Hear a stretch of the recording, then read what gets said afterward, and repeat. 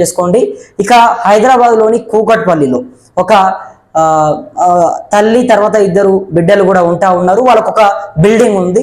So వాళ్ళకు ఒక building, సొంత బిల్డింగ్ ఉండడంతో తల్లి ఇద్దరు బిడ్డలు కూడా ఉన్నారు.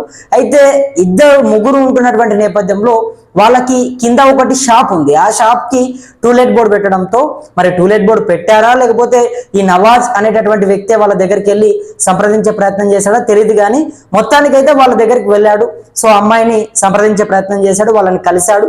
మాకు షాప్ పెట్టుకుంటాం మీ బిల్డింగ్ లో, రెంట్కి కావాలి అది ఇది అని చెప్పేసి తనని అన్ని కోణాల్లో కూడా నమ్మించే ప్రయత్నం చేశాడు. సో నమ్మించిన తర్వాత వాళ్ళకి ఎవరైతే ఆ ఇంటి ఓనర్స్ ఉన్నారో, ఇప్పుడు మోసపోయినటువంటి బాధితురాలు ఉందో ఆమెనే ఆ ఇంటికి ఓనరు. సో ఆ బాధితురాలు వాళ్ళకి మొదట్లో రెంట్కి ఇచ్చే ప్రయత్నం చేశారు. రెంట్కి ఇచ్చిన తర్వాత మరి షాప్ పెట్టాడా ఏం చేశాడో తెలీదు ఈ నవాజ్ అనేటటువంటి వ్యక్తి.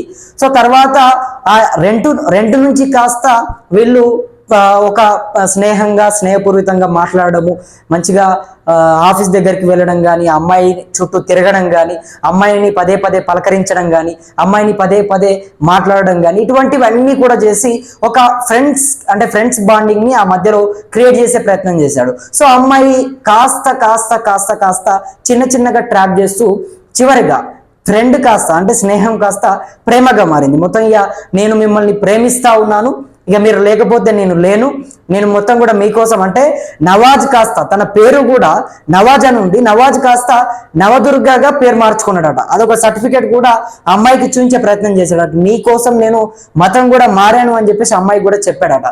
సో ఇవన్నీ ఇన్నటువంటి ఆ అమాయకమైనటువంటి అమ్మాయి, హిందూ అమ్మాయి ఇవాళ మోసపోయినటువంటి పరిస్థితి. ఈ దుర్మార్గుడిని నమ్మి నిజంగా ఇటువంటి కేటుగాళ్ళని, ఇటువంటి మోసగాళ్ళని ఎంత దారుణంగా శిక్షించాలని చెప్పేసి వాళ్ళు చాలా మంది కూడా డిమాండ్ చేస్తూ ఉన్నారు.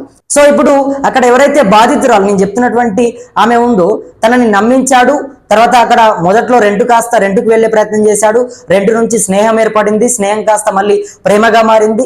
ప్రేమ నుంచి తర్వాత నేను మతం మారాను, మొత్తం కూడా ముస్లిం నుంచి హిందూగా వచ్చాను, నా పేరు కూడా మార్చుకున్నాను అంటూ కూడా సర్టిఫికేట్ చూపించాడు.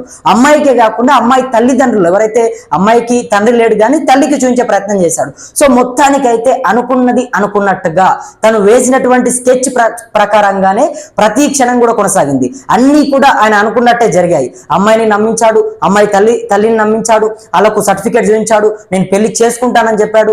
మొత్తానికైతే అమ్మాయి నమ్మే ప్రయత్నం చేసింది. అమ్మాయి ఆ కేటుగాడి వడలో పడిపోయింది.